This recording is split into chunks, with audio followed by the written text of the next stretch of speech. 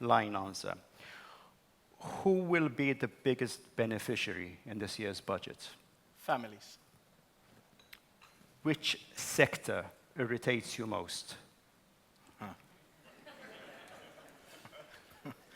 I think I've commented on this quite a lot, in the past. Who? Well,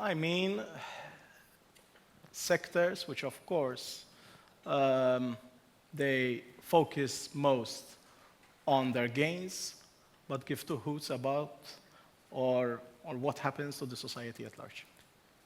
Is there still time for people here present to make suggestions that you would actually consider in the budget, or is the fait accompli? No, it's still not. Okay. There's still some room for maneuver. The big measures, of course, they are in place. But there's still some room for slight tweaks. So this is your last chance, okay? Will this be the last budget before the general election? That's not a question I can answer, no? You have to ask that question to someone else.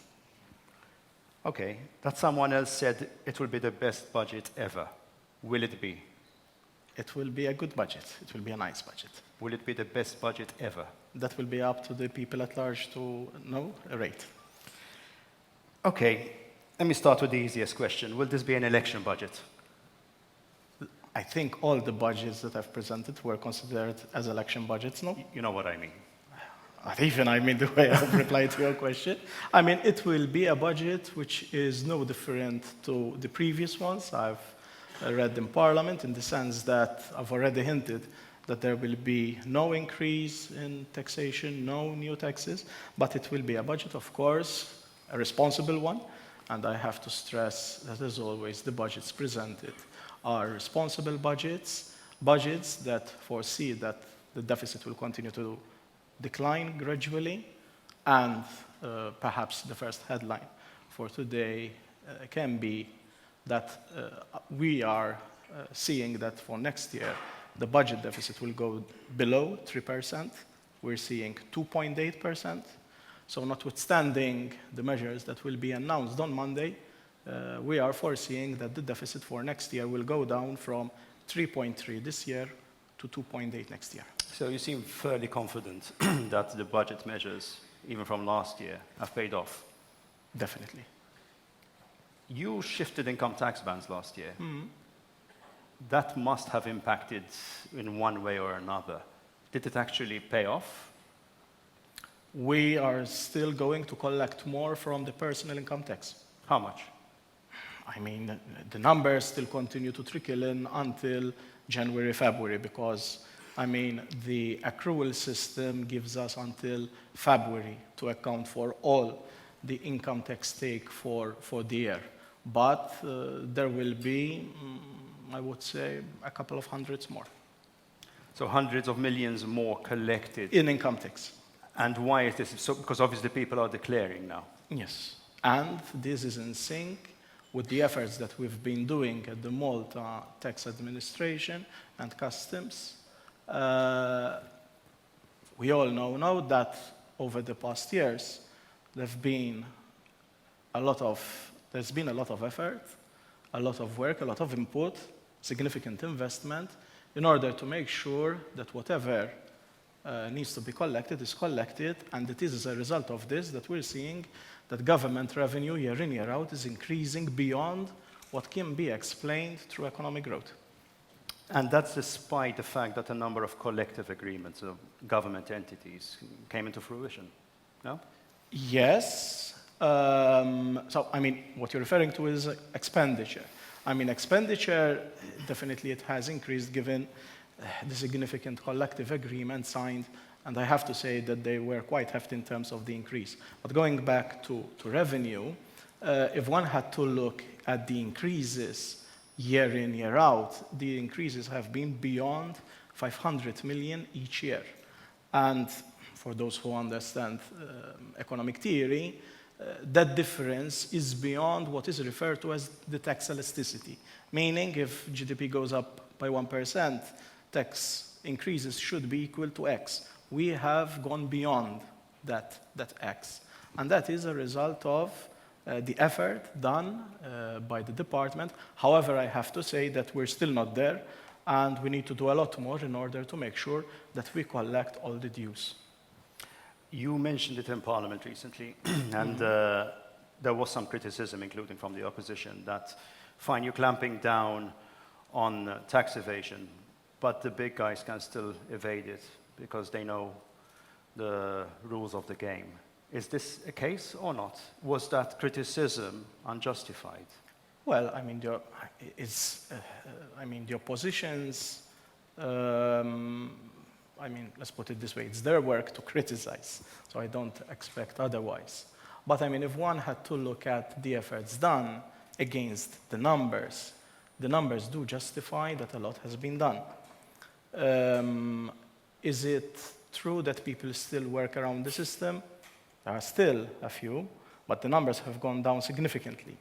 And if one had to look at how the system today is working, for example, if you have a business and you want to obtain credit from a bank, the first thing that they will ask you is for a compliance certificate with the department. And unless you have an agreement on all of your dues with the department, the bank will, of course, refuse to give you the necessary credit. So throughout the years, there has been a significant improvement of how things are done. And what I can say is that, to the best of my knowledge today, the biggest creditors to the Inland Revenue Department, they don't go beyond a couple of millions. Before, there were individual companies who perhaps had tens of millions. So the so-called amnesty paid off, because it is an amnesty. No, it's not an amnesty. Oh, come on. No, it's not an amnesty. Instead of going to jail, you have to pay millions in terms of fines. So it's not an amnesty. It depends. Amnesty it depends. is... No. I tend to refute this argument for the simple reason that an amnesty is when you have your tax wiped off or reduced. You still have to pay that. Yeah, but if I did something wrong... In addition to that, you have to pay, the relevant fines. And the fines have increased significantly. I mean, just to put you in the picture of how things have changed. Let's say that you have a principal amount of 100 euros in tax, so that we simplify with numbers. Before, if you failed to pay the department on time, the interest payments on that amount would have been 3.6%. Now they are 7.2%, which means it is better for an individual or a company to get a bank overdraft rather than to use government as an overdraft. In addition to that, the penalties and fines amount to 100% of that principal. So if after a year you don't pay that 100 euros, that 100 after a year becomes 200. Now, over and above all this, those who are charged, and they appear in court, or they have a court case related to tax evasion or so, in addition to all the things that I've mentioned, now over and above, there's going to be an additional fine. And it's quite substantial. I'm talking about here justice, about people who have been evading tax for so many years. If I did it, I probably would have ended up in court in the past. But it's not the case in the past, Herman, I think that everyone agrees that there was, the tax authorities perhaps looked the other way. In the past, I still recall days where people used to threaten government, listen, I'm not going to pay this because I lay off people. And I'm not talking about things that happened decades ago. Things today surely have changed. And it's not me who says this, it's the numbers. So if one had to look at the numbers from 1 year to the next, the coffers, government coffers, are increasing at a very significant pace. You appeared quite keen on giving some incentives to families, especially when it comes to having a second child. Because we obviously have a fertility issue here in Malta. Are you still intent on delivering that in the next budget? I do say, whenever I say something, of course, and those occasions are quite limited and few in numbers, whatever I say would have been carefully thought, and usually what I say I tend to deliver on. Which means? Which means that you'll have to wait until Monday then to get your numbers. The prick teasing starts. Okay, how can I put it? Are you finding, because obviously this would cost millions, Of course, big millions. big millions. In February, I already hinted that if government has to do something, it has to be equivalent to significant millions, because otherwise families wouldn't even notice. So there will be some measures to try to tackle this fertility issue here in Malta in the next budget? Let's say yes. Let's say yes, okay. For the time being, I can only stop there. Okay, one thing I've noticed, well, all of us have noticed, is that, come on, we are approaching a general election. It's going to be happen next year or early in the following year. It's hard not to notice now. Exactly. But there is also the issue of giving out financial handouts. For me, this is, with all due respect, vote buying, blatant vote buying on the eve of an election. Will we see the same announcement next week? Giving out handouts to people, cash handouts, checks on the eve of the election. Well, I think, Herman, that the budget speech that I'm going to read on Monday, as I said earlier on, will be a very responsible one. And each measure will be, of course, explained how it is going to work and why we're going to do it. So, from the measures that already feature in my speech, what I can say is that there's no measure which sort of is like helicopter money, giving something just because government wants to give something. I think that there's a bold rationale behind all the initiatives, and I would agree that there's no such thing as free money, let's put it that way. Yeah, you'll use the same formulas as you did before. Low earners get a check in the post. No, it will be different. It will be very different. Okay, it's nice to hear. No, it will So be it very, will not be so the a philosophy, so it will not be a check on the eve of the election. No, what I can tell you is this, and I'm going to focus on two principles. Hard-working families in this country, of course, they put their input in the economy, they earn the money, and what government is going to do is to let some of that money that they pay in taxes, and government is going to give it back to them. With respect to businesses, businesses are the engine of this economy, especially small ones. I know that the representatives of the employers, the four main ones, have been pushing their own ideas, and I've already had a meeting with them, and will be having another one with them this Thursday, so that we finalize the incentives and the measures that are going to feature in the budget. And against them, of course, there's going to be a significant amount of money, so that, of course, we continue to help the business community generate more business. So all the measures have a purpose and, of course, a desired outcome for the foreseeable future. The nationalist opposition has proposed a series of measures which says can help boost the economy. Mentioned the VAT cut for restaurants, corporate tax cut, 4-day week. What do you think of these? Let's start with corporate tax cut. Okay. I'd like to spend a couple of minutes on these three measures because, if anything, I was very much surprised about the lack of comments from the media, from social partners, from professional people about the cost of such measures.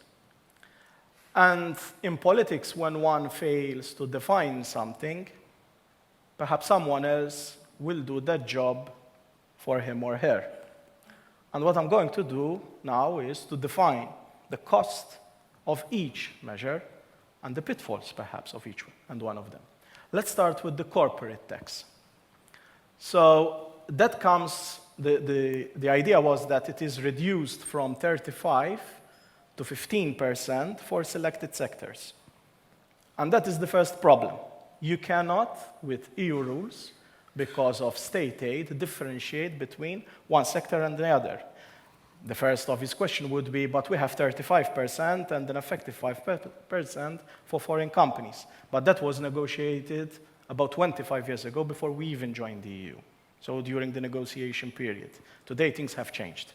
So, I mean, it doesn't sell with the EU to have a different rate for different sectors. So let's say that that proposal is applied across the board.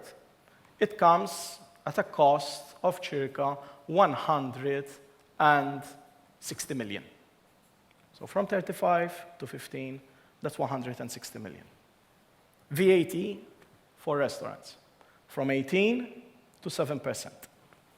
The cost of that, and I don't know how one can even justify that with the population at large, and I'll say why. The cost of that is 80 million. 80 million. And I find it very difficult to justify because it has always been explained that the intention is to reduce VAT so that, of course, restaurateurs can have the leverage to increase their prices. And I'm saying this because they said it themselves in public. But on the other hand, I mean, I find it very difficult to justify because when one looks at the tax paid on income by restaurants, that is the CIT, corporate income tax, the 35%. Then the average per restaurant is about 4,500 euros a year. So can you repeat that? 4,500, so most probably... A month, you mean? A year. So most probably you and I pay even more tax than that. So there we are already at 240 million. Sorry, is that on average? Is that on average? Average, yes. I've checked the numbers, and I've checked them once, twice, and 3 times in order to make sure that I'm correct. And I know what I'm saying. 4-day week.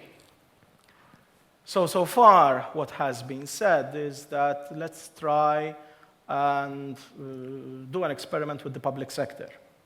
So I have to understand whether this is going to apply to schools or in hospitals, whether people are going to recover in shorter time, or perhaps when it comes to schools, children are going to absorb the same amount of material in less time. Of course, it's not realistic. Therefore, what one would expect is that people, either new people are engaged, if that is possible at all, or else people who have to deliver a 5-day week, they have to get extra remuneration for that.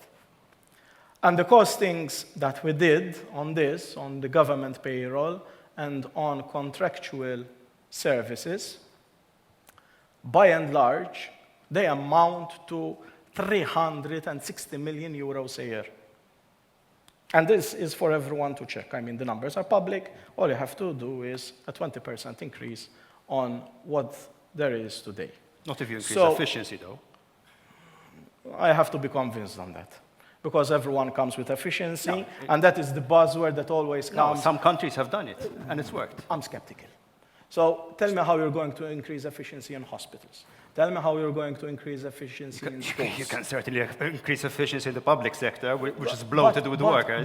But wages in health and education, they are the lion's share. So even if there are efficiencies, at the end of the day, 360 million is 360 million. So if you add these 3 measures together, we have a bill of 600 million. 600 million. You know how much is the tax increase from one year to another? 500 million. So it's either that these measures will never be implemented. It's either that something else will give in, energy subsidies perhaps, or else the deficit is going to shoot up beyond 5%. But definitely one cannot have the cake and eat it. So the numbers are there. So far, no one dared to say anything. I'm the first to make these numbers public. If someone would like to challenge them, more than welcome to do so. So you are basically ruling out all 3 measures? I'm saying that their cost is 600 million. And from where I stand, I mean, you can do them. But of course, something else has to give in, or else taxation has to increase. But 1 + 1 still make 2. But how about maybe controlling the public purse where it comes to... I know you're going to tell me, my God, you asked me this last year and the previous year. I do. How about the overspending in the public sector? Isn't the public sector still bloated with people, employees, persons of trust, customer care units? Come on. The film industry, Clyde, it's akin to a fiefdom. I know that these are your pet subjects. Oh, but come on. I think it's everyone's pet subjects. I mean, you look at the film industry, that budget, come on. You could buy an island with that money. But that is tied. So how it works? Let's start with the film industry. The amount of money that they spend, the 100 million in terms of rebates, that is linked to the amount of spent by movies here. So if there are no movies... We've been asking for the figures. Nothing's been proven. Sorry. But there's the NAO report as well. If there are no movies, nothing is spent. If there are movies, money is spent. They have a 40% cash rebate. 5 million on a film festival? Fine. I know that you've run a number of stories on this and everyone knows about it. You may agree, you may disagree with it, fine. But ultimately, at the end of the day, we're going to pick and choose in terms of these initiatives, which cost $1 million here or $1 million there, and compare it to something as big as 600 million, definitely you won't fill all that gap with these, let's put it that way, hair trims here and there. So I'm not trying to justify something. What I'm saying is that the cost to such 3 initiatives is quite significant. Okay, let's go back. And there's no way in finding the equivalent of 600 million efficiency in government expenditure. Very difficult to find that amount. I'm not saying that there's no waste, and perhaps we'll come to capital projects. I'm quite sure that you'll have was my a next couple. question. Okay, so go on.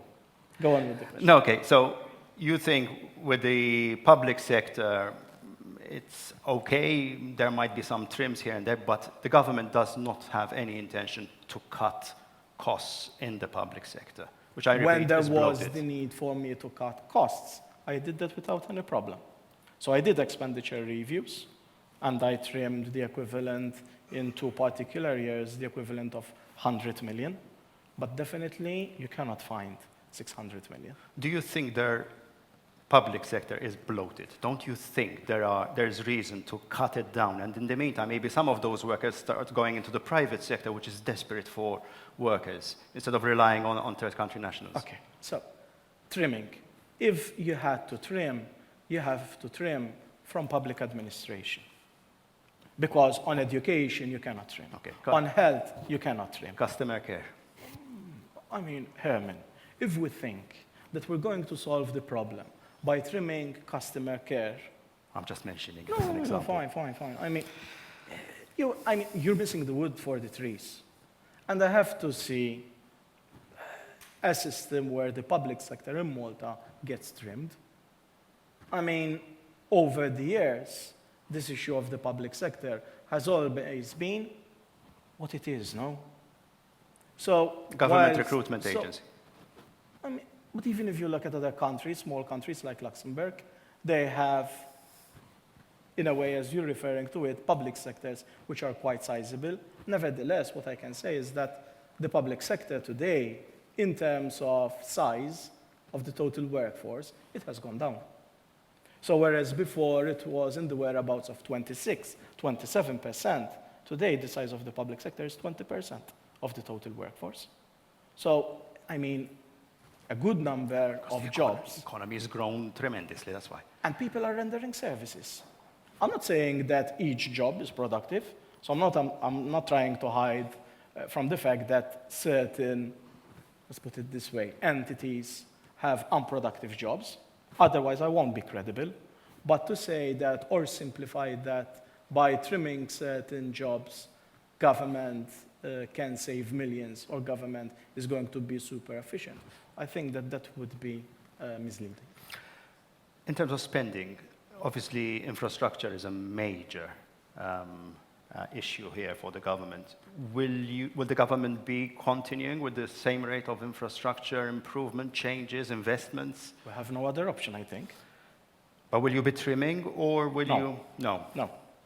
I mean, the population has increased, the country is growing, so of course we have to make sure that we keep up with the necessary investment in our infrastructure. Otherwise, the moment that one starts to decrease expenditure on infrastructure, it's the entire economy that will suffer. And what kind of infrastructure are you looking at? Investment? For example, infrastructure. Malta, the budget that they have year in, year out, it's stopping around 120, 130 million. You're giving a positive impression of the economy, and of course, there are some very impressive statistics in our economy. But there's also the problem we've been seeing recently, especially in the media, being reported. Maybe we're not reporting it enough, the issue of the stock exchange and the potential companies defaulting. Does it, A, worry you somehow? We wrote that maybe the government should start seeing if I'm trying to find the right word instead of, anyway, if the shit hits the fan, can the government intervene? I don't think that government should intervene. I mean, I know that you had an editorial a couple of weeks ago criticizing me about the way how I replied to a parliamentary question where I said, listen, risk is inherent to bonds, and government is no insurer of such bonds. And your editorial criticized me in being too, I don't know what you said exactly, abrupt or whatever. But I mean, God forbids that now we tend to assume that government is going to be an insurer of bonds. That would only create moral hazard. So I stand my ground on this, in the sense that the moment, or if I had to go out there and say, listen, put your mind at rest, whatever happens, government is going to be the insurer of everything here. That would be hugely responsible of me. That would be hugely responsible of me. So if now we're starting to think that government should be the insurer of last resort for all bonds out there, that would be irresponsible, and it would lead to moral hazard. Moral hazard meaning, okay, well, I mean, we can go out there with a bond, I can buy a bond because nothing is going to happen, because government will be there, I mean, to shore up my finances just in case something wrong happens. It's the wrong attitude. Are you concerned there might be some defaults? No. No? No. I mean, what we've heard so far is two particular bond issuances. One, there are negotiations that are taking place, and another one has been stopped in terms of giving out the matured capital for a couple of months, which is a very small one. But the monitoring that is being done by the Malta Financial Services Authority in order to make sure that these issuers honor the obligations, that work is being carried out. One issue which concerns all of us, inflation. Do you think it's under control now? We are below the EU average. That's why I'm asking. And, I mean, inflation, most of it, we tend to import it. So if someone says, listen, government has to control inflation, this has nothing to do with government giving up or government is not doing anything. I mean, just go to the supermarket. Just go to the supermarket. And most of the things that we put in the basket, they're coming from where? From abroad. I mean, whichever industry one refers to, its inputs, its raw materials, most of them, come from abroad. So when one looks at the numbers, what happens most of the time is that when there's a bout of inflation abroad, that tends to feed in our system 6 months after. The moment that it starts to taper off abroad, it starts to taper off here as well. But on the other hand, I mean, perhaps part of that inflation can be explained by the robust growth that we've been experiencing throughout the past years. I mean, if one had to look at the numbers, in Europe, the average growth rate is less or in the whereabouts of 1%. I mean, we're growing at more than 4%. So given that our economy is still going red hot, one would expect that there is some kind of demand pull inflation now in it. In the past, you famously said one of the problems in Malta... Cartels, you're going to Cartels. mention. Do we still have a problem with cartels in Malta? I don't think that something changed no, throughout the past years for that comment to be no longer viable. Which sectors?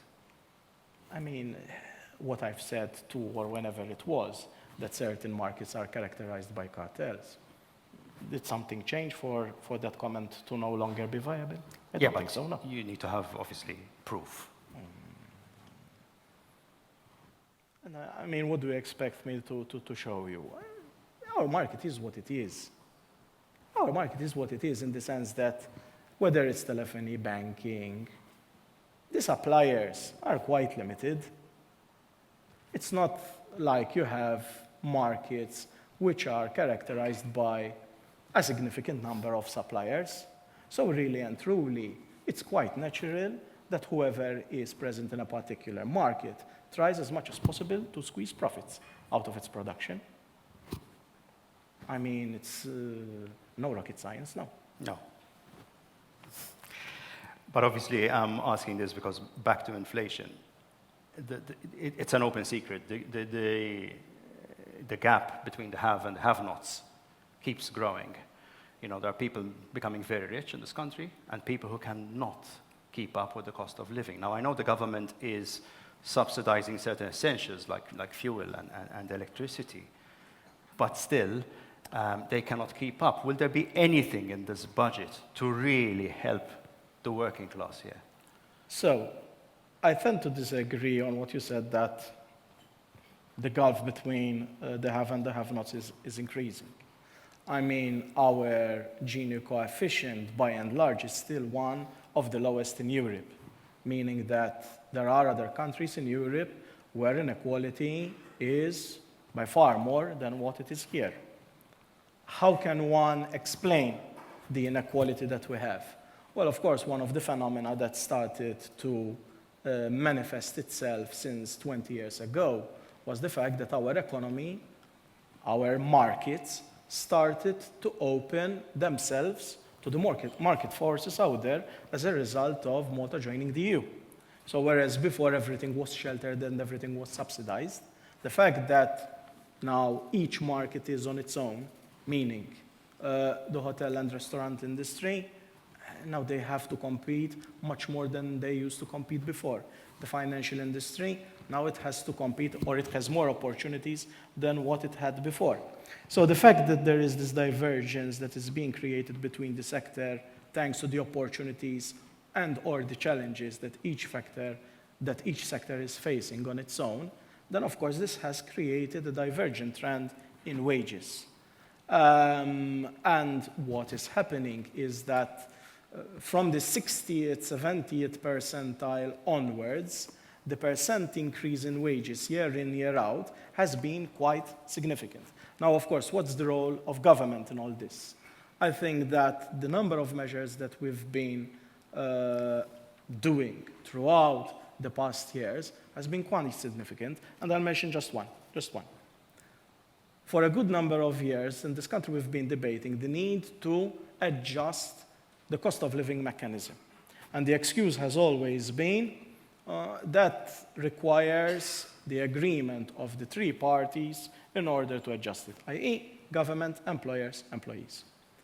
3 years ago, I said, listen, this has to stop. Let's come up with something new, which of course can compensate those who are most in need. We did this second mechanism, and now, each year, we are paying an additional 50 million euros. So this was not a one-time payment, but it's being paid year in, year out. Because if prices go up, I mean, those prices are going to be experienced by the families themselves, not just for one time, but year in, year out. So we're paying this amount of money to those who are most in need, if I'm not mistaken, in 2 issuances throughout the year, in order to make up for the increase in cost of living. Which brings me to COLA, which you just mentioned. This mechanism, I mean, everybody keeps saying it's outdated, the formula is all wrong. Isn't there a better means of trying to help people who are really down here? Herman, I beg to differ in the sense that we are one of the few member states in Europe whereby employees are compensated for inflation. If it was up to the EU, we'd do without it. So whether we like it or not, even if it's not perfect, this mechanism, year in, year out, keeps on compensating workers for the erosion of purchasing power. So is it doing its purpose? I think yes. Is it doing its purpose to the full for certain categories? Perhaps no. But there is where government needs to intervene. So if I may say something in favor of the employers, their role is to make sure that they keep on creating wealth, that they keep on generating, producing more goods and services, that they make sure that for all this wealth creation, they pay good wages. Then if there are pockets within our society where government needs to step in, that's our role to do so. So what will be the cost of living allowance on Monday? Well, I think last year I gave you a range. Now, what I can say perhaps this year is that it will be less than €5. Between 4 and 5? Less than 5. 4.20. One last question, because we have a Vox Pop coming up shortly. From the first part of this debate, clearly there is economic development, and some of it has been impressive with the way this country has evolved in the last years. But some critics will tell you our priorities are upside down. There was one person I remember last year's debate, and I think it was Mari Brigulio who said, like, we stop thinking in terms of just GDP, start thinking of gross domestic happiness. Let me go beyond the happiness. While we brag about having the highest growth rate in Europe, and the figures that came out last week from the IMF said we'll have the biggest growth rate until 2030, there are people who still need to spend 6 to 8 hours in emergency when they go to hospital. Don't you think we should really be refocusing some of our attention to help people on the street, to make sure the social services are really up to scratch? Because in this day and age, especially in a country which is growing so much, we need to make sure our basics are assured. And going to hospital is an essential service. I agree perfectly. And that is why throughout this year we've spent more than 15 million in terms of outsourcing patients to the private sector in order to cut down on waiting lists. In fact, for certain operations, there will be no waiting lists by the end of the year. If need be, we will repeat this modus operandi, let's put it this way, even next year. But in terms of priorities, you had to ask me something about costs. Perhaps it's coming later, the question, but let me bring it now. One of the highest priorities for me, but of course my priorities are not perhaps shared by everyone, but if it was up to me, just me, the biggest priority that we should have in this country, and perhaps there isn't enough knowledge about it, is health. I know that perhaps many people, when they are asked about what's their main concern, it's traffic. Perhaps we'll come to that later on. But from where I sit, I think that health should be our biggest priority for the years to come. Why? Number of reasons.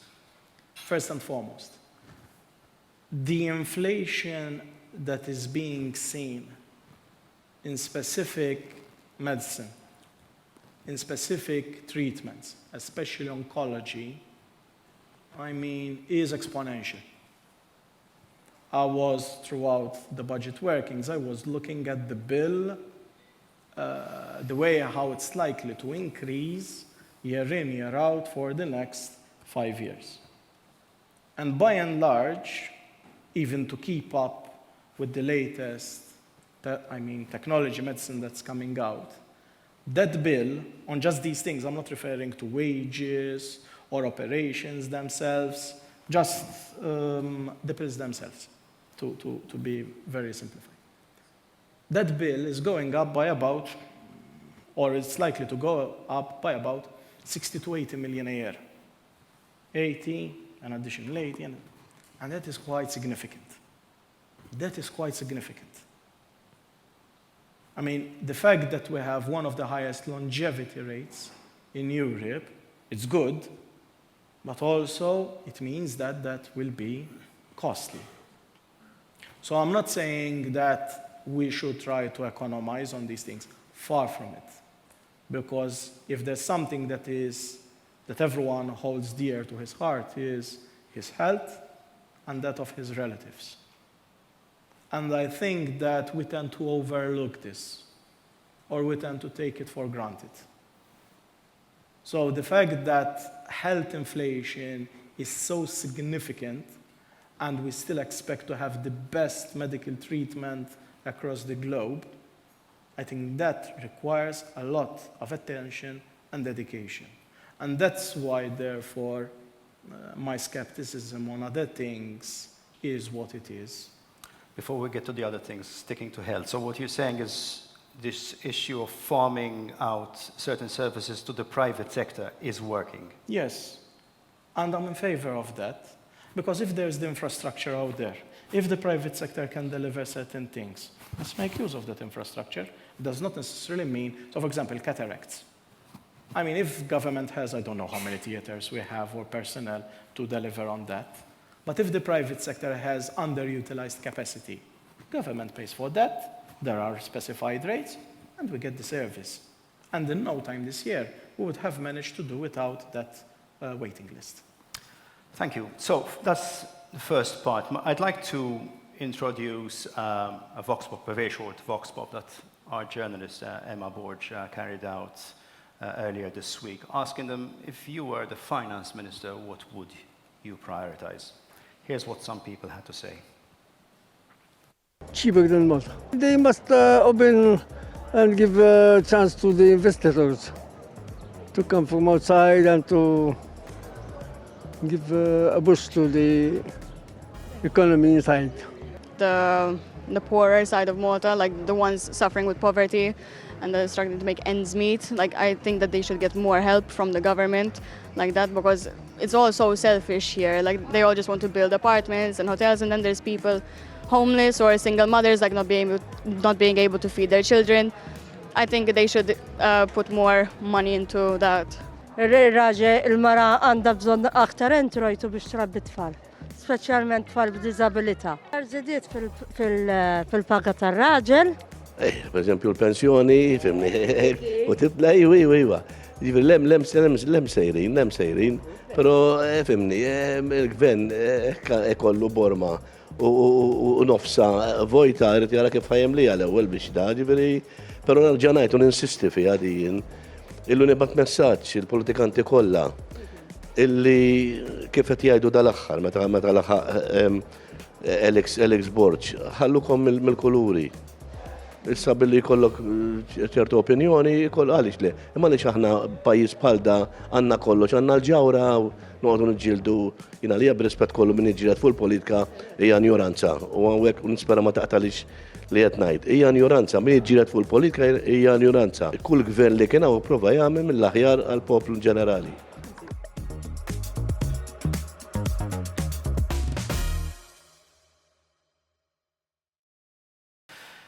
We talk a lot about the economic model. You spoke a lot about it. You're probably one of the most vociferous ministers about the need to start changing our economy. At times I tend to be the opposition within government now. Yeah, and that's why we like you as the media, because we tend to... No, you raise pertinent issues about the need to change it, because there's one thing as well. There are some of your colleagues who would tell us the same thing off the record, but we're all the time talking about the need to change an economic model, and nobody really wants to do it, because the GDP is growing and all that. How do you kickstart it into motion? So, when one speaks about changing the model, it doesn't mean that the model is going to change overnight. Changing the way how the economy works, it's not like a switch.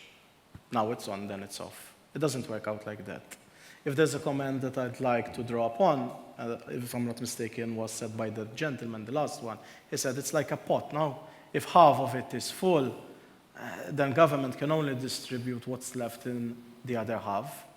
So first and foremost, we have to make sure that the pot always remain as full as possible.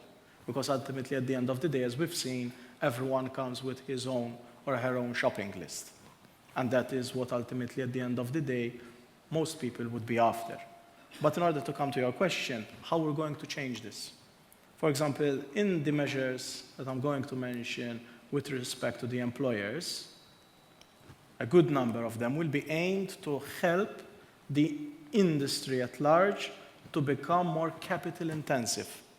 Even the type of projects today that Malta Enterprise is approving, there's a bias in favor of more capital intensity rather than labor intensity. Let's not forget, because at times we tend to forget. 13 years ago, and I still recall the billboards that were around the island, I'm referring to 2013, one of the issues way back then was, so this is not decades ago, 2013 was, that the Labour government is not synonymous with employment. And of course, those billboards were hinting at the 80s. Today we've proven that it's completely different. We are facing the pains of growth, and everyone acknowledges that. But in order to change track that has started gradually, it doesn't mean that now out of a sudden we are going to open the doors in order to let everyone out or to push everyone out. It doesn't work out that way. So slowly, we have to make sure that who is already here starts to adapt and change and substitute the need for additional labor with capital. And if more foreign investment comes in, but foreign investment has to be more capital intensive rather than anything else. So changing, where we are today, it took us 12 years to get here. In order to bring about change, it's easier said than done, but it needs its time as well. But we agree on one thing. Two of the biggest issues in Malta are the fact that it's an aging population and the health sector. Yeah. We agree.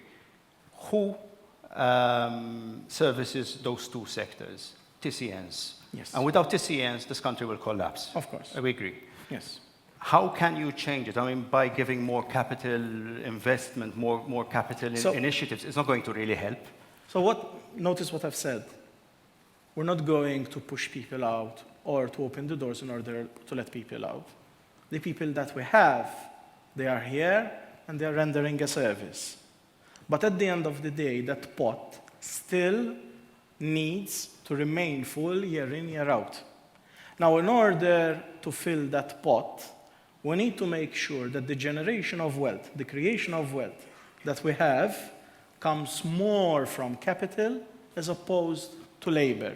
This does not mean that Malta will no longer require labor services, but it means that there will be more emphasis, more incentives in order for the employers to become more capital-oriented. Do you see Malta's overpopulation issue? Because there is an issue. I think, one of the first ones to flag it. Started to, fly this flag, no?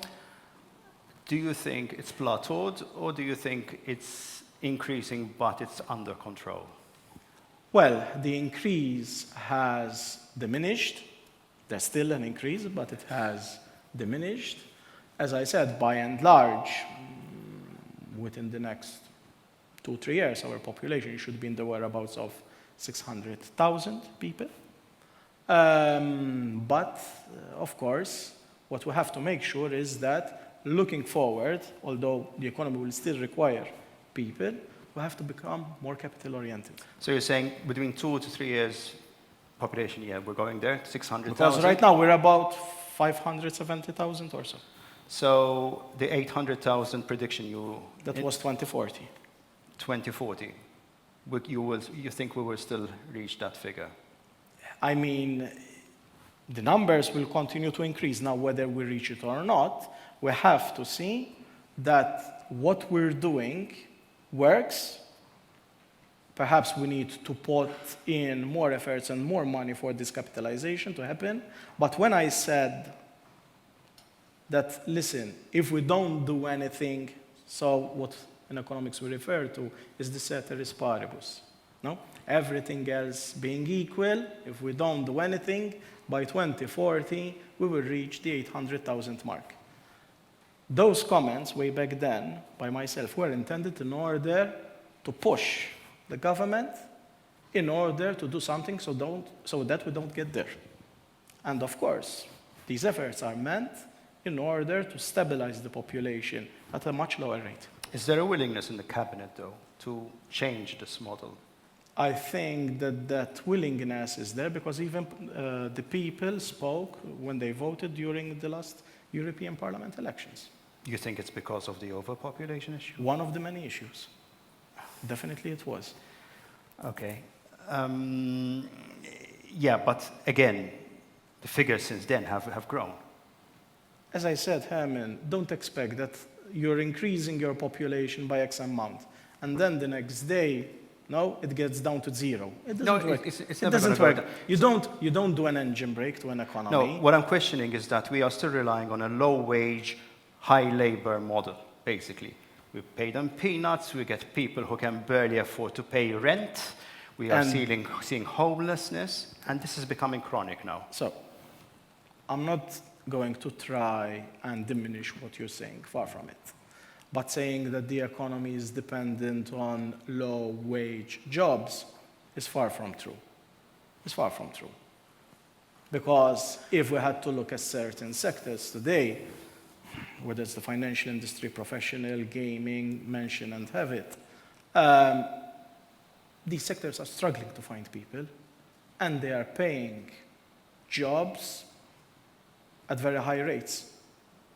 So what we need to do is that when businesses need to grow, rather than relying on more labor, they have to find ways and means, not everyone, but a good chunk of them can, of how certain tasks can be carried out by capital, whether it's AI, whatever. But definitely, there's more scope for capitalization. If I may, I'm not going to do an advertising, but the biggest chip factory on the island, they got EU approval last year to scrap their production process entirely and move further up the ladder.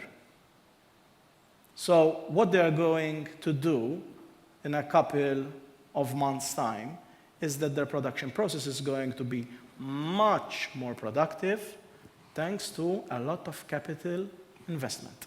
And there is where we need to move.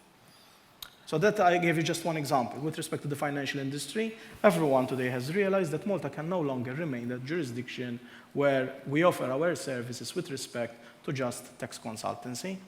We have to move to new areas. So by doing these things, we have to ensure that there's more gross value added, which can be done by either the same amount of people, or perhaps even better, by less. Going back to the aging population, two questions. Will pensions increase substantially in the next budget? And do you think inadvertently this importation of foreign workers has helped us to avert the pensions time bomb, this famous pensions time bomb? Starting from the last question, definitely. With respect to the first one, of course. It's going to be a good increase, a hefty increase. Yes. Definitely more than the cost of living. It has always been the same throughout the past 4 budgets. This year, definitely, it's not going to be the odd one out. One of the main stories this year was the sale of HSBC. We all know the story now behind the scenes. I'm not sure, but anyway. Come on, it's an open secret. You did not want APS to take over HSBC. I always said that I want more competition, and I've been quite consistent throughout. Can you explain to us in simple terms why? Because our market, in terms of banking, more than 90% of it is dominated by 3 banks: BOV, HSBC, and APS. So I've always been consistent on my comment that I want more competition rather than less, because then I come again to what you referred to me earlier on. No. I mean, if we have less players in the market, it becomes more of a cartel. So I'm quite consistent in my arguments. Isn't it a bit embarrassing, though, that HSBC appears so desperate to sell on the cheap? Well, this is quite an unfair comment on the jurisdiction at large, in the sense that HSBC, they are in a hurry to get out of Europe, not Malta, Europe. I mean, if you see what they have done in France, they sold their business there for nothing. For nothing. Because they've made it quite clear that they want to focus more on their business operations in the Far East. And we have all seen throughout the past years that their sort of market strategy, if there was a strategy at all, has been dormant. So of course, they wanted an out, and that's it. Do you trust Credit Bank?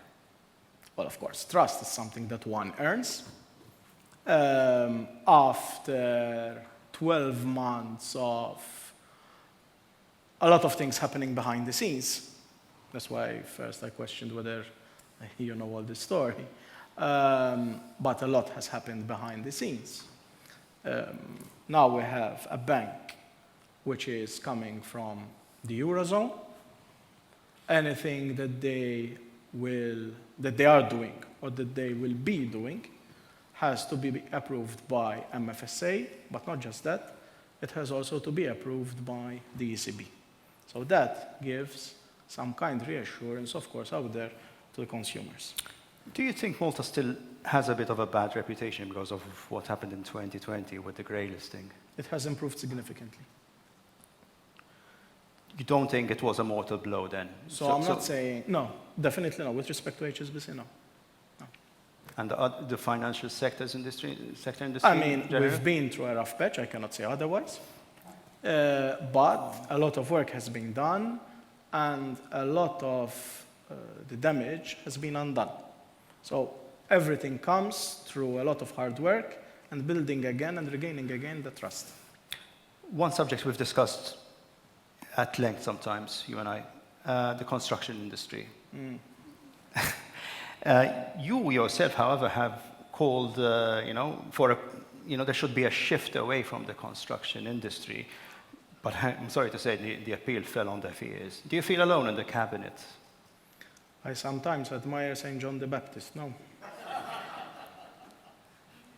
It doesn't mean that whatever I say works. I have my own credo. I speak my mind. I've always done that, and I will keep on doing that. That doesn't mean that all the things I say materialize. So the government still thinks the economy, the motor of the economy, one of the main motors of the economy should remain the construction. I'm talking about building here. I mean, we've always had this, throughout the years, let's put it this way, the inclination, for lack of a better word, in construction. I think that the population at large, of course, is voicing its concerns about that. Perhaps there needs to be more about that as well. Have you considered maybe incentivizing the use of vacant buildings? Because there are still a lot. Incentivizing the use of vacant buildings. One of the ways you can do it is by taxing vacant properties. Well, when one looks at the numbers, it's not that there are no vacant properties, but it's also true that with respect to many of them, there are many issues. So this is something that I've discussed with the National Statistics Office, because they tend to gather a lot of information when they do the census.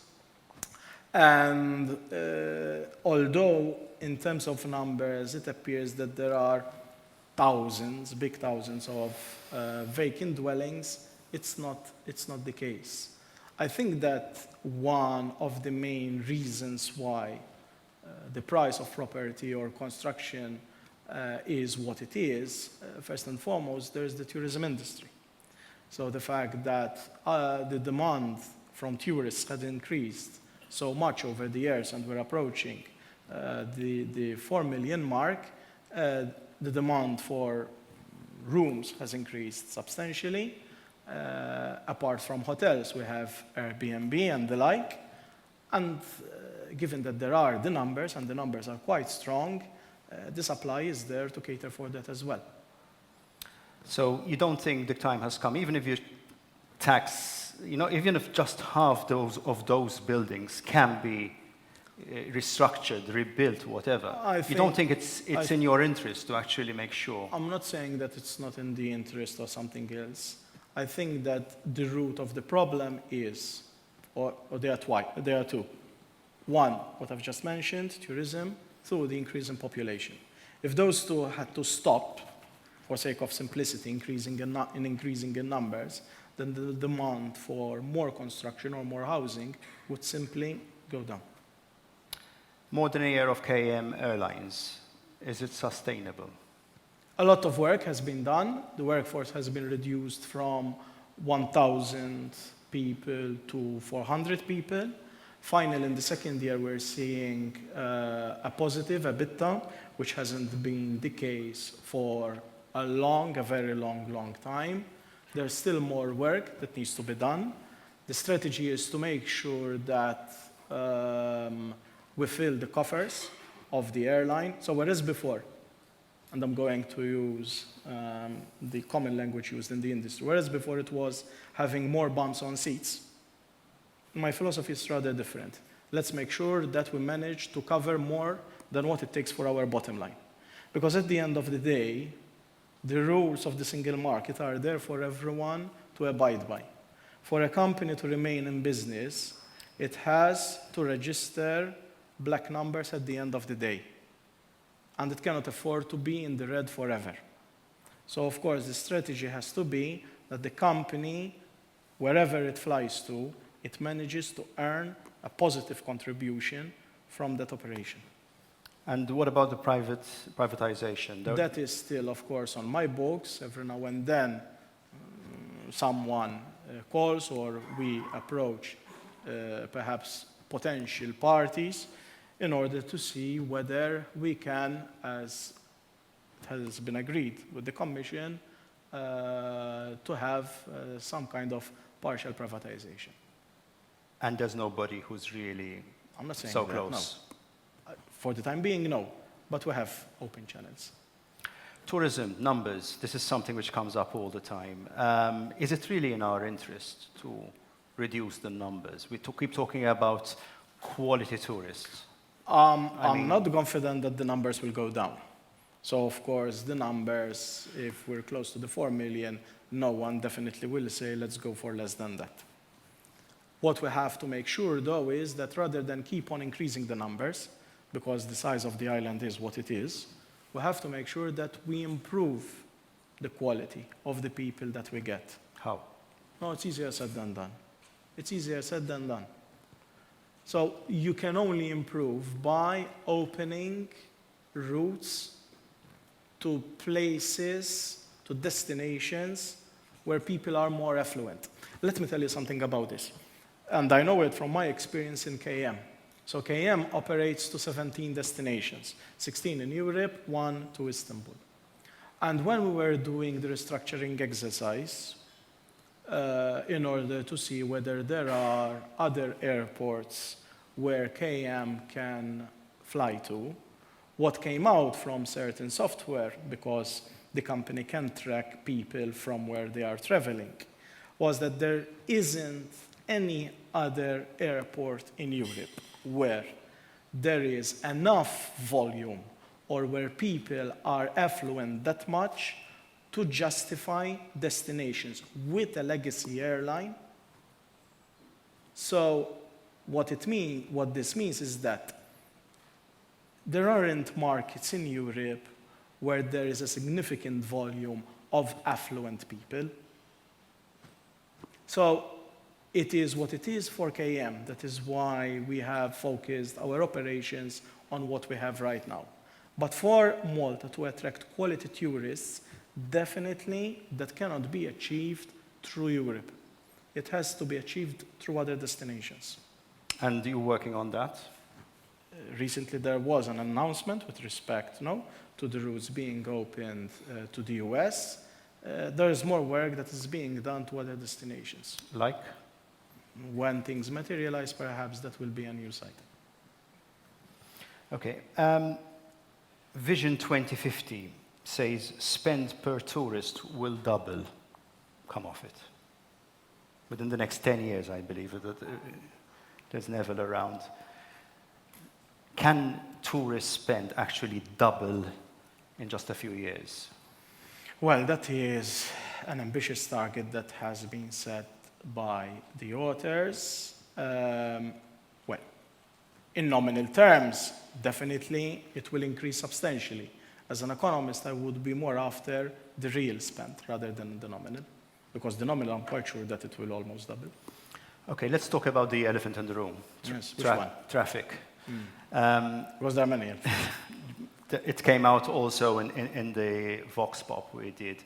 And in recent years, the budget has moved away from just fiscal initiatives here. But a lot hinges as well on the budget to maybe give incentives to convince people to stop using their cars maybe, or to use alternative means of transport.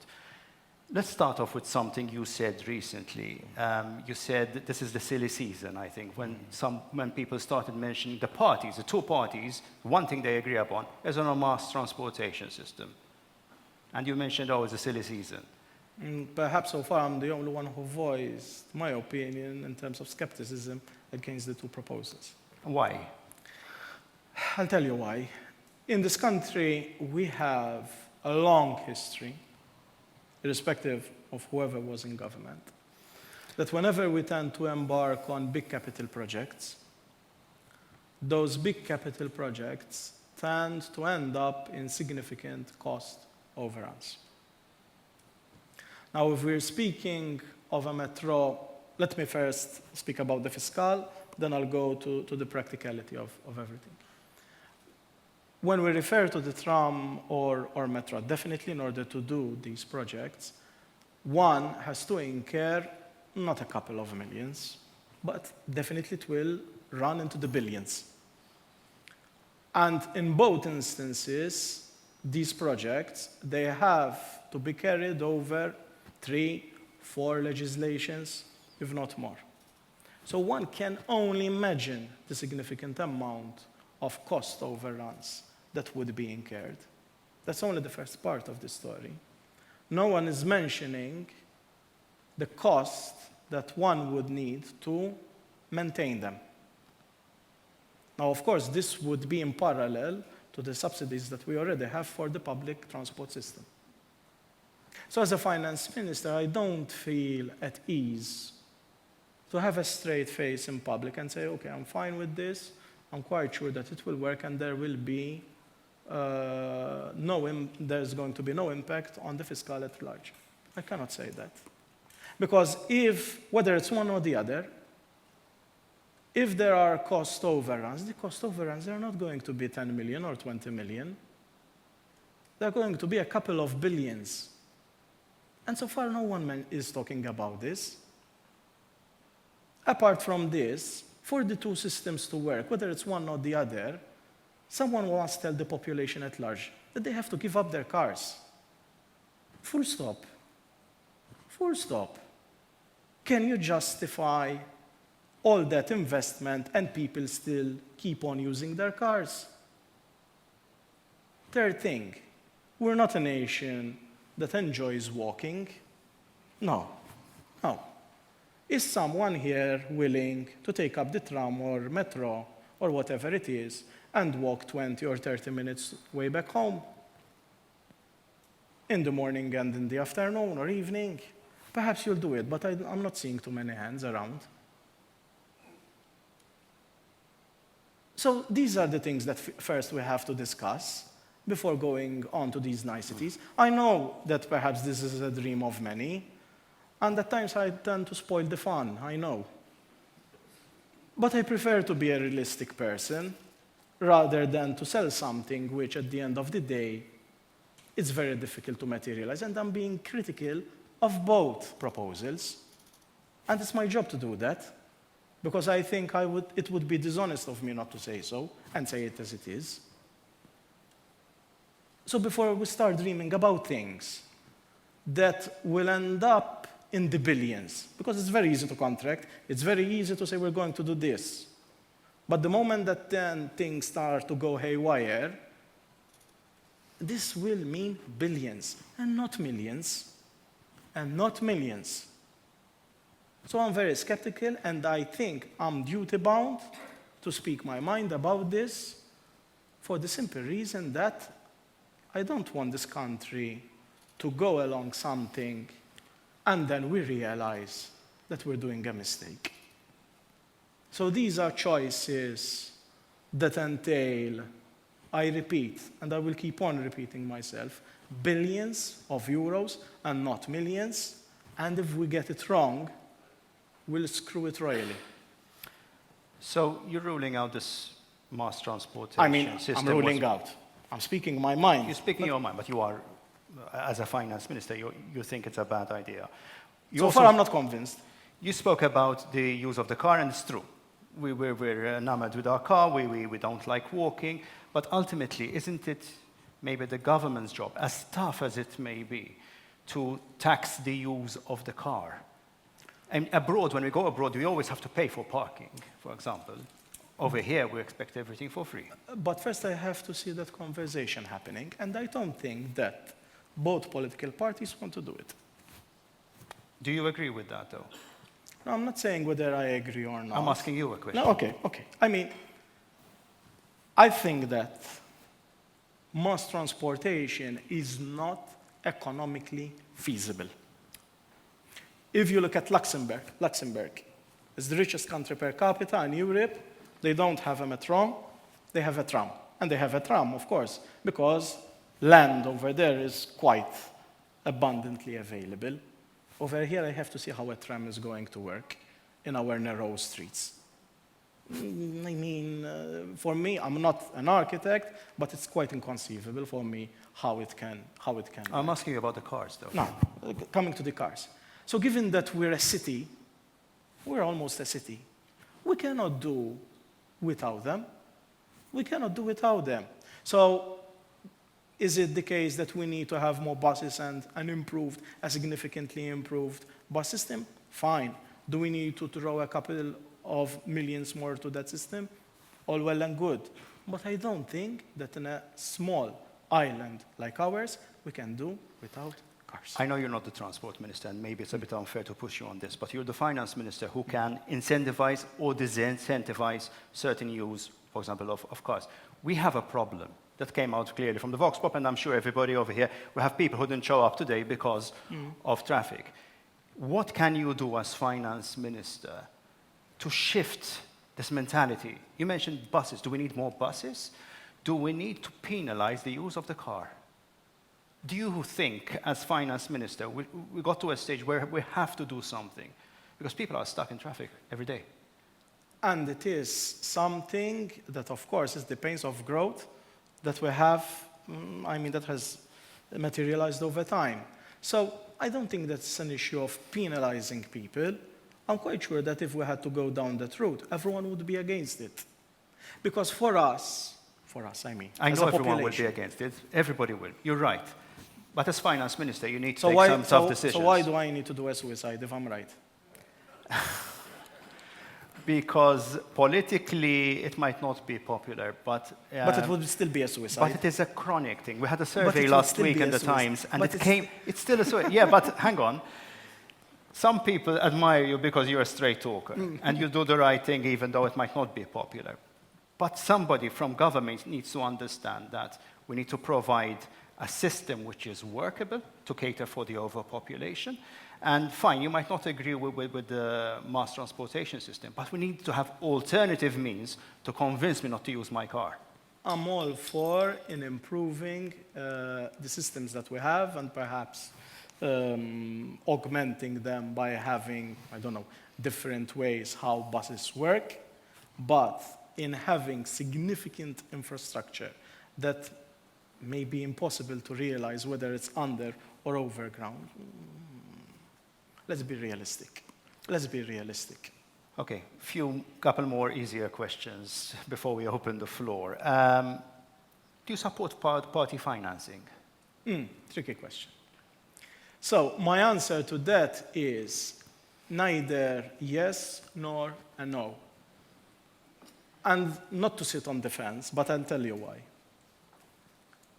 Because if someone someday had to do something, that reform, let's put it that way, it has to be quite comprehensive, very comprehensive. Because it's not just about giving a donation to a political party here.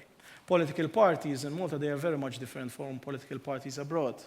They have their own media, they have their own employees in various business enterprises they have. So it can easily be the case that instead of giving the donation here, the donation goes through an advert, or the donations go through the employment of people who are rendering services to the political parties. So it's not a clear-cut question. Definitely I'm against government bailing out political parties, because that is not the role of government. This is something that requires mature discussion. What I'm definitely in favor of, that governments should operate at arm's length from vested interests. This country of ours is too small. Everyone knows everyone. And that makes it more imperative that government, or let me put it in a better way, because this is not just an issue of government, it's an issue of political parties, that political parties are at arm's length.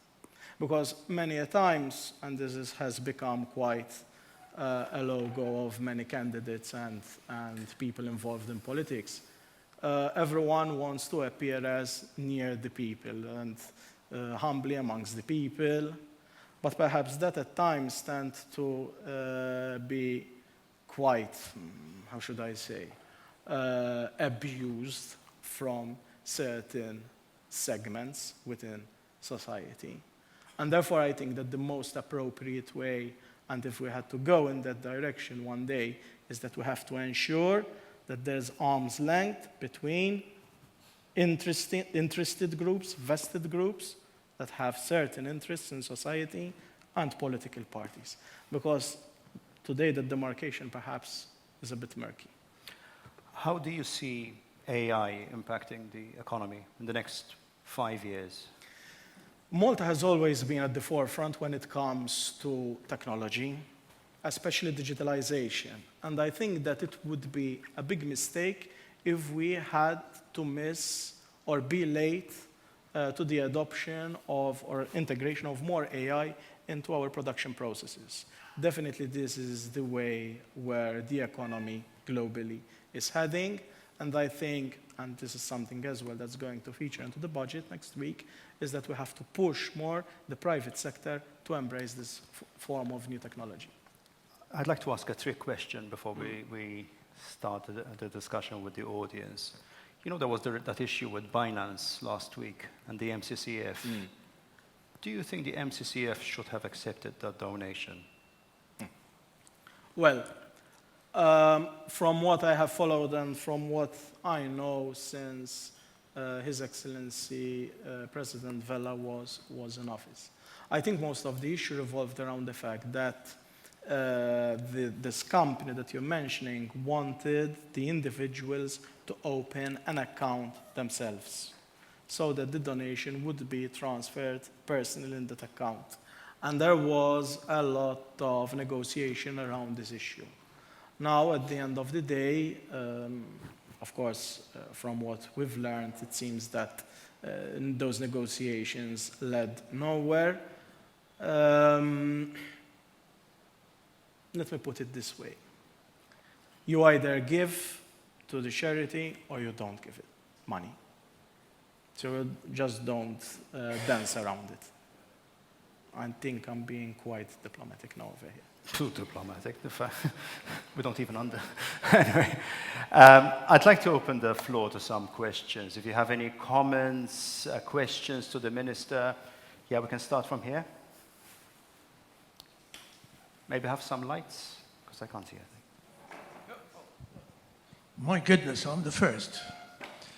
Thank you very much, Minister. Thank you very much, Herman. I'll start with cola. And I'll show my age. Prior to cola, we used to have a strike every other week. Cola was introduced, and we have a situation where the strikes disappeared. Of course, is it perfect? Of course it's not perfect. But do we have any other solution to cola and keep our situation, which is industrial peace? I'm not sure that anybody round the table at MCSD has come up with any solution. So please, unless we have something better than cola, let's keep cola because it keeps industrial peace. The second thing that I'd like to talk about is capital projects against recurrent. Yeah, this is always a trade-off. But I'm afraid that the capital projects are taking second place to recurrent. There's too much money being spent on recurrent and not enough on capital. We really need to rebalance our economy towards spending on capital. Third one is, listening to you, Herman, I wasn't sure whether you were from the Communist Party asking for bailouts for capitalists. Yeah. What are we talking about here? You know, the people take risks, and they make money, and they make profit, and they keep it. So what do we expect? That the government actually socializes losses?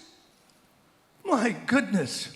I really think, reminds me of when I used to go to the Soviet Union, your question there.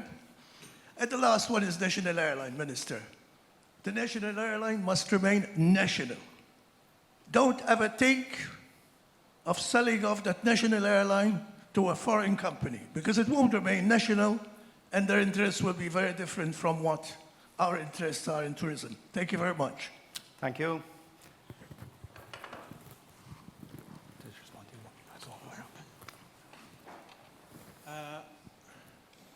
Williams Peteribelli from the Malta Chamber. I am happy to hear about the investment to industry and capital investment.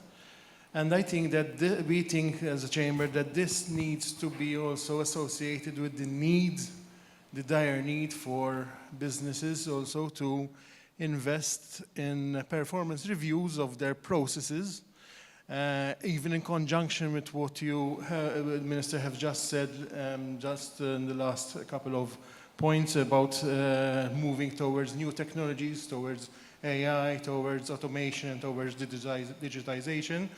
They need to understand, and the businesses, I would say even government, but businesses definitely need to understand and look at their processes, see what needs to be, what can be done more efficiently, and also what can be done through these technologies, and look at actually moving towards there. And such assistance in that area is definitely a step forward in the right direction. This, however, we believe that it needs to be also complemented with the need of a national strategy on reskilling, upskilling, retraining, and also preparing both possibly employees which obviously in this process end up needing to reskill to find other jobs and to find other jobs. Probably some of them we don't even know today what they will be. And also to prepare our young generation towards these new technology, towards these new jobs. And I think this needs a national strategy which will involve academics, government, and also the industry to prepare these persons to upskill in the right direction.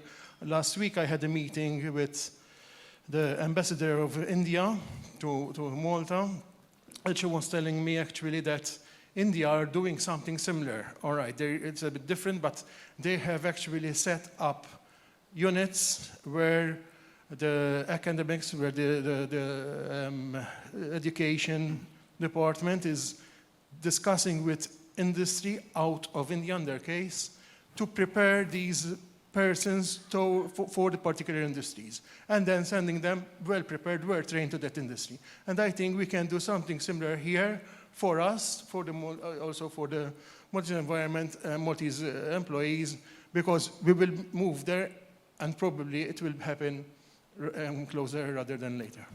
Thank you. Paula Bela, representing Malta Chamber of SMEs. Well done, Minister. Well done, Herman.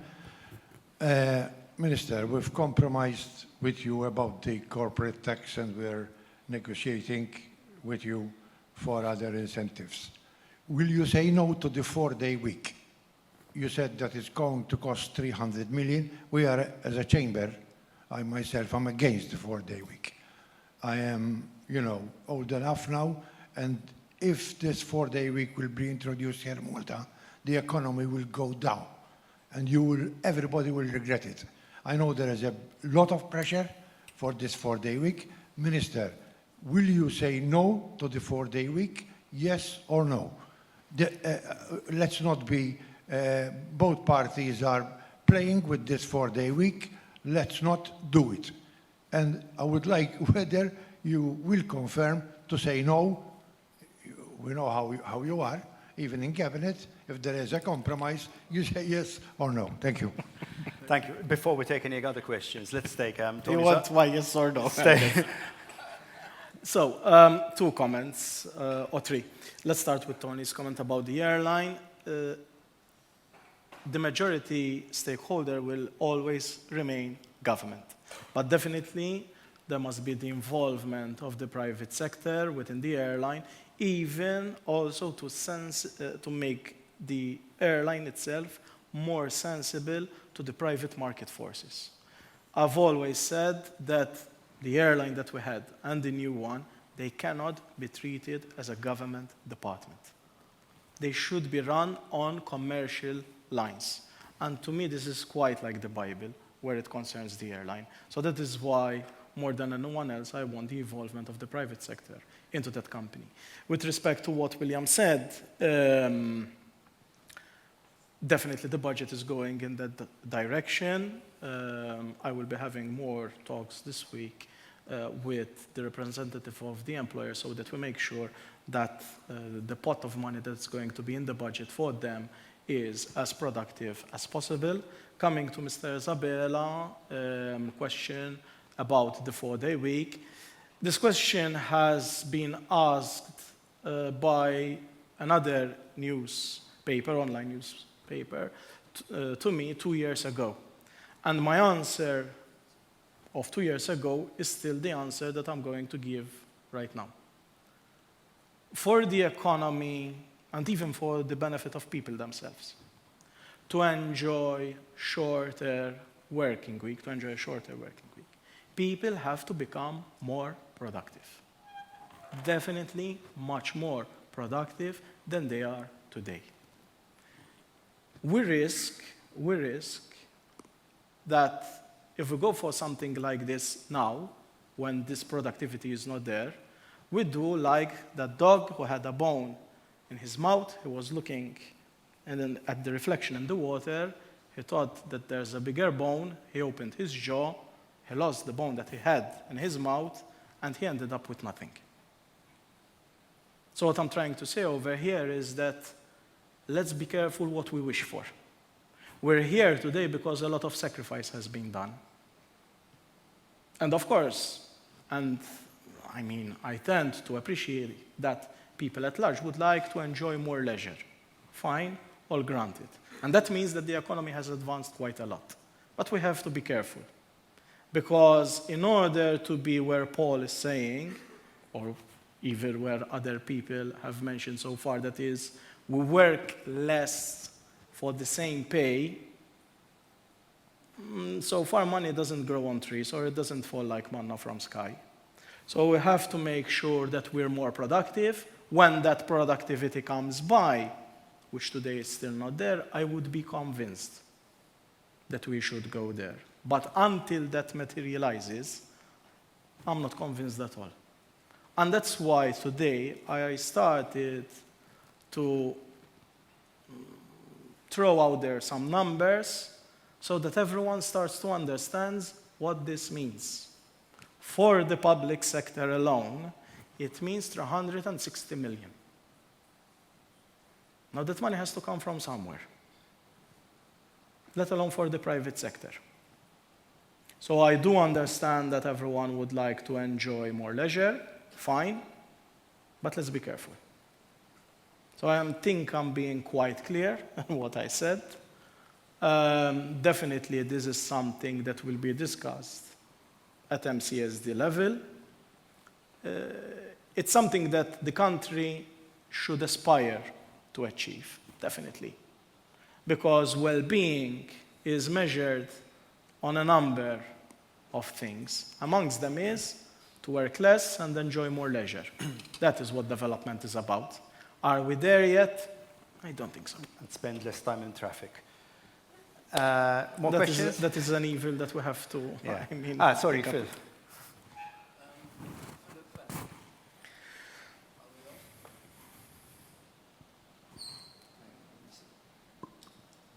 Hello, okay. Right, Minister, you were talking about productivity, increasing the value chain, of course. As you know, tourism, we're seeing the figures now, and we're seeing a lot of investment as well, because you have to have a better product to be able to increase the value chain. Now, in certain aspects, we are seeing the supply side improving by investment. We have better hotels coming up online. We've had a lot of restaurants. Still a few years ago, we didn't have as many Michelin-star restaurants as we have today. Today we have over 40. The same in retail, and the same in many aspects of our investment, although there are others that I don't feel too comfortable with, which are what I refer to as the copycat syndrome. But part and parcel, as you know, our support services need to improve as well from a government perspective to keep up with this growth. Now, are you considering in this budget? To be fair, a lot of work has been done in increasing these support services. Last summer, we didn't have the power cuts we had. This was due to the last 2 years investing about 150 kilometers of cables, which were needed. We increased cleaning, but is our best good enough in cleansing? No, it isn't. The same when it comes to maintenance and wear and tear. In this respect, holistically from a macro point of view, is the budget seeing to improving these support services overall, including hospital? Very delighted to see the one in Rahal Jdid as well open now, which will take off load as well. But overall, from a macro point of view, are all the ministries considering this growth that we're going to see, looking at it really positively? Thank you. Thank you, Phil. Question there?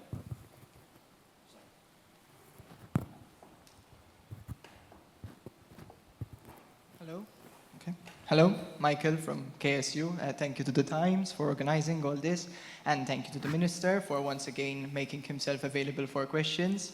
It is true that we don't often see you, and I think we all agree that is a shame, because if there is one virtue of St. John the Baptist, which I assign to you, it's that you're the bearer of good news, so make yourself more available. 2 questions, if you would allow me.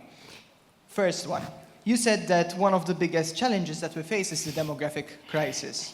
Legislators in Poland said the same thing before recently announcing a very major proposal with a very high approval rate amongst their general public. A personal income tax exemption up to circa 33,000 euros for families with 2 children. Since you said the biggest beneficiary of this very nice budget will be Maltese families, can young Maltese families expect something of a similar scale next Monday?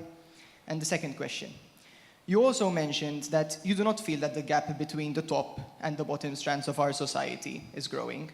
Yet, within this event, you defended a bill which allows tax dodgers to avoid criminal charges if they pay a hefty fine. How do you reconcile these two statements? Because I can imagine the very well-off criminal thinking that this is a good deal. But could you imagine a student like me affording even the minimum increase in fine, which is around 10,000 euros? Thank you. Thank you.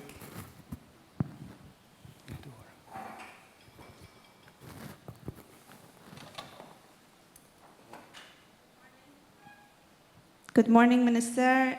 First of all, thank you for hearing our 33 budget recommendations. I'm from MEA, Malta Entertainment Industry and Arts Association. 2 questions. Will the budget address the market failures and precarious working conditions that came out of recent research with people being paid €3 per hour in our sector? And the second one is related to the increase of cost of paper. In 2020, there has been a significant increase in cost of paper. We have helped all our media outlets, but our publishers are risking of closing down. Are we going to help our publishers and the publishing industry to sustain their businesses within Malta and safeguarding the Maltese book? Thank you. Thank you. So let me start with the last intervention. Definitely there are going to be some measures in order to address the sector that you're coming from, but more about that on Monday. Coming to the university students, sorry, but I didn't get your name. Regarding your first question about families, I'm not letting the cat out of the bag until Monday. So, of course, the budget speech starts at 6:30. I will be reading that section, because I'm doing some rehearsing about the speech, at around 7:20, 7:30, so just after an hour. I'll be addressing the family section. So more about that next Monday at around that time. Regarding your other question, inequality and the latest changes in the law, they are 2 different things. I mean, inequality is one thing. What we did with respect to the changes in the law in terms of fines, I think that at the end of the day, what the majority of people out there are after is that everyone pays his dues. And I think that it's more fruitful for society if I manage to collect more through hefty fines rather than simply throwing people behind 4 walls. I mean, if we were still perhaps in the French Revolution, people during those times would have been more pleased if heads were chopped off. But I think that today, if I manage to collect more and I use that money in order to pay out for more services, and definitely this is something that's going to be done once this law is made to work as it should, I'm quite sure that people will be more pleased if that money is used in that way. Coming to what Philip said, yes, in the budget there's going to be a reference to the support services that need to be stepped up in order to make sure that our tourism industry becomes more of a qualitative aspect. But again, more about this on Monday. We'll have one last round. Before we get to the last round, since this is a KSU representative, last year you had a go at the university for not paying their dues. I had that outburst. You had an outburst and it didn't really go down well. Has that been fixed? Well, I had at least 3 occasions where I engaged with the rector. They are working in order to sort out their finances. And I thought that you would be asking me something about university, and I looked at some numbers. The budget, the university's budget way back in 2014 was 59 million. Today, it is up to 110 million. when one looks at the population of university way back then and what it is today, and one allows also for inflation, the increase in the university's budget per student, in real terms, between 2014 and now, 10 years, was of 30%. In real terms, per student.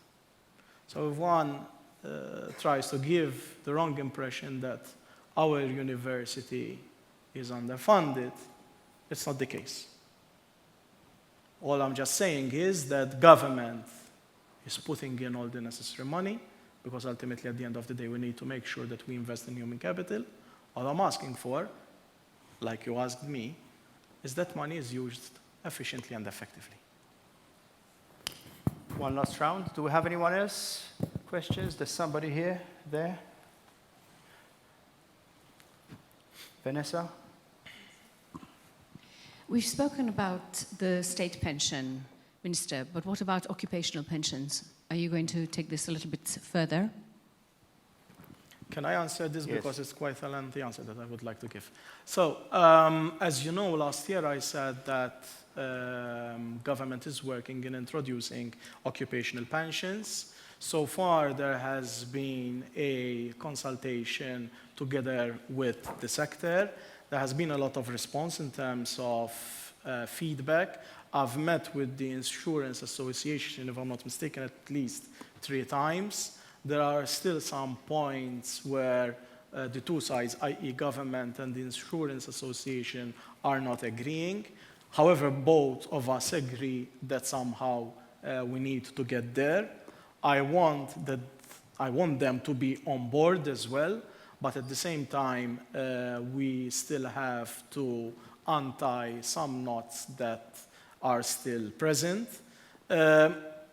We have remained without occupational pensions so far.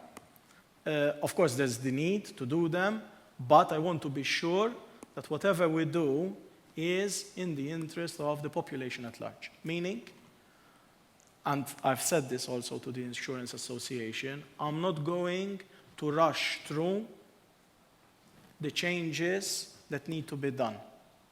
I want to be more than 100% convinced that what we are doing, whilst of course it brings on board the business community, it is in the utmost interest of the people who are going to contribute.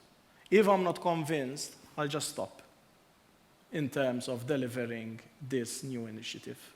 Because I don't want to do something just to tick the box and then something happens at a much later stage and someone says, listen, but the minister of that day failed to do this or that. So I want to be more than 100% convinced, because when I go out there and I sell it to the unions, to the employees, I have to be convinced myself first. And so far, with the discussion that we have, that has taken place so far, I'm not 100% convinced. So when we get to that stage, of course, more work needs to be done, but yes, I remain committed to deliver on that. Thank you. Anyone else? There's somebody here? One last question.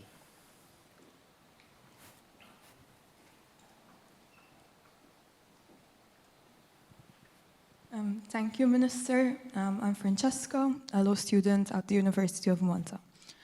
So we know that Malta isn't a standalone island. Of course, you have Gozo as the sister island, and oftentimes I feel like it's overlooked in the budget. I would like to see what your idea is about bridging the gap between Malta and Gozo, economically speaking, since Gozo has a lot to offer. As you were mentioning capital investments, maybe we can have a few more capital investments based in Gozo, such as you were mentioning the AI services, financials. I do know that Malta prioritizes preserving Gozo's identity, but I can see a lot of opportunities which may be relevant for the island, and they can be implemented since there is a lot less going on. And maybe we can deviate from the traditional services offered in Gozo, which are construction and tourism, which, as you said, are not as sustainable nowadays since we're moving to a more capital-based economy. Thank you. And the speech this year, there will be a section completely dedicated to Gozo. There are also going to be some incentives as well for Gozo students in order to make it easier for them to carry out their studies in Malta.